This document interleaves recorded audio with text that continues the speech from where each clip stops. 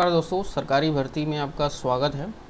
दोस्तों, आज के वीडियो में मैं डॉक्यूमेंट रिलेटेड बात करूंगा। जब आप एग्ज़ाम दोगे इलाहाबाद हाई कोर्ट का RO या फिर CA का, तो सिलेक्शन के टाइम कितने लोग रिजेक्ट हो जाते हैं। वहाँ पे बहुत सारे रिजेक्टेड होते हैं। आपने इंटरव्यूज़ भी देख सकते हो, काफ़ी लोगों के बहुत सारे पढ़े भी हुए हैं कि मेरा डॉक्यूमेंट में कुछ जो है गलत पाया गया, या कुछ ऐसे इश्यूज़ होते हैं उसको लेके जो है मतलब गलत ही इश्यूज़ होते हैं, यानी कि कहीं रॉन्ग मेंशन है, या मार्कशीट में जो है आपका डेट ऑफ बर्थ गलत है, या फिर नाम कहीं गलत है, कहीं एड्रेस गलत है। बहुत ऐसी चीज़ें होती हैं, ठीक है। कहीं स्कूल का नाम गलत है, कहीं आपने फॉर्म फिल करते हुए कुछ मिस्टेक कर दिया है। इन सब चीज़ों के लेके जो है जब वेरिफिकेशन होता है इन सारी चीज़ों को लेके, तो वहाँ पे आपको जो है रिजेक्ट कर दिया जाता है, आप भले से पास हो, ठीक है। तो बहुत ही इम्पॉर्टेंट मुद्दा है ये सारी चीज़ों को लेके। तो यही मैं डिस्कस करूँगा इस वीडियो में कि आपको अपनी तरफ से कैसे सतर्क रहना है और क्या प्रूफ रखना है एक बैकएंड के तौर पे, ठीक है। तो ये तो ऐसे ही मैंने इलाहाबाद हाई कोर्ट का जो है वेबसाइट ओपन कर रखा है ऑफिशियल। मैं थोड़ा सा इसका न्यूज़ देख रहा था, कुछ ऐसी चीज़ें आएँ तो आती हैं तो मैं आपको ज़रूर बताऊँगा। तो जब तक आपका एग्ज़ाम नहीं होगा तब तक मैं पूरा सपोर्ट करूँगा आप लोगों को इलाहाबाद हाई कोर्ट जो है रिगार्डिंग, ठीक है। सारी चीज़ें स्ट्रेटजी वाइज थोड़ा मोटिवेट भी करूँगा। तो चलिए मैं डॉक्यूमेंट की मैं बात कर लेता हूँ। देखिए, अब पहले क्या होता था, बड़ा ध्यान से समझिएगा, ठीक है।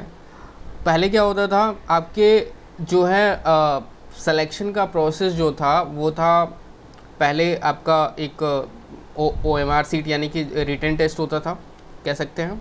देन उसके बाद होता था टाइपिंग टेस्ट, फिर थर्ड होता था डॉक्यूमेंट वेरिफिकेशन, फिर फाइनली आपका सिलेक्शन होगा।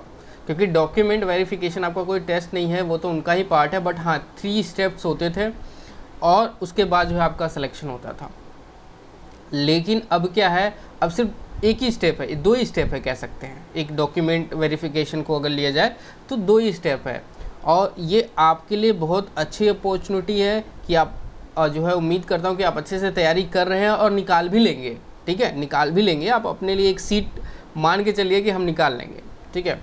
और इसके लिए जैसे सभी लोग जो है एग्ज़ाम जब आप देते हो तो फाइनल में डॉक्यूमेंट जब वेरिफिकेशन होता है तो वहाँ पे जो चीज़ें आप एक बार चेक कर लेना, फॉर्म से रिलेटेड या फिर मार्कशीट से रिलेटेड जो भी होगा, सनद, मार्कशीट, या फिर आपका ग्रेजुएशन में भी कोई मिस्टेक हो, तो आपको क्या करना है, अगर 10th-12th में है तो आपको क्या करना है कि एक एप्लीकेशन देना है। जैसे यूपी बोर्ड वालों के लिए मैं बात करूं तो जैसे उनके मार्कशीट में नेम गलत हो जाता है उनका, या फिर डेट ऑफ बर्थ गलत हो जाता है, या फिर फादर नेम, मदर नेम, ये सारी गलत चीज़ें हो जाती हैं। तो आप जो है इसको पूरा एक तरह से एप्लीकेशन दे के एक रेफरेंस नंबर लेके रखें, क्योंकि जब आप जो है वहाँ पे जाएंगे डॉक्यूमेंट वेरिफिकेशन के लिए, अगर वहाँ पे बोला गया कि आपका ये चीज़ें मिस्टेक है, तो आप एक प्रूफ के तौर पे यहाँ पे लगा दीजिए कि मैंने एक एप्लीकेशन दिया है संशोधित करने के लिए, और ये जल्द से जल्द जब ठीक हो जाएगा तो हम आपके यहाँ आके जमा कर देंगे वो मार्कशीट, ठीक है। वो चीज़ें दिखा देंगे प्रूफ के तौर पर, ठीक है।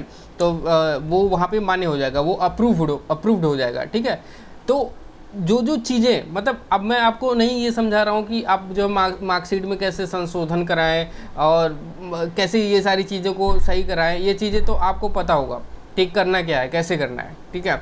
अपना जो भी गलतियां हैं मार्कशीट, सनद, या फिर 10th-12th या ग्रेजुएशन को लेके, ये आप देख लीजिए, सब कुछ जो है करेक्शन सही तरीके से कीजिए। और हाँ, फॉर्म में कोई गलती हो तो फॉर्म के लिए मैंने आपको बता दिया है, फाइनल सबमिट आपने कर दिया है, फिर भी अगर कुछ मिस्टेक हो गया है, कुछ लोगों का मैंने देखा था कहीं 12th का उन्होंने डाल दिया है, अपडेट कर दिया है, तो कहीं कुछ डेट ऑफ बर्थ या फिर आधार नंबर गलत हो गया है। तो अगर ये चीज़ें हैं तो ये देखिए कोई ज़्यादा बड़ा मुद्दा नहीं है इन सब चीज़ों को लेके, क्योंकि आप इतने हार्ड वर्क करके अगर आप पास होते हो तो इन सब चीज़ों पे ज़्यादा जैसे फॉर्म में कुछ मिस्टेक हो जाता है तो चलो वो मान्य हो जाता है अगर आप एक रिक्वेस्ट दिए रहते हो। तो मैंने आपको एक वीडियो बनाया है, उसमें आप देख लीजिएगा कि कैसे एक रिक्वेस्ट डालते हैं फाइनल सबमिशन होने के बाद, ठीक है।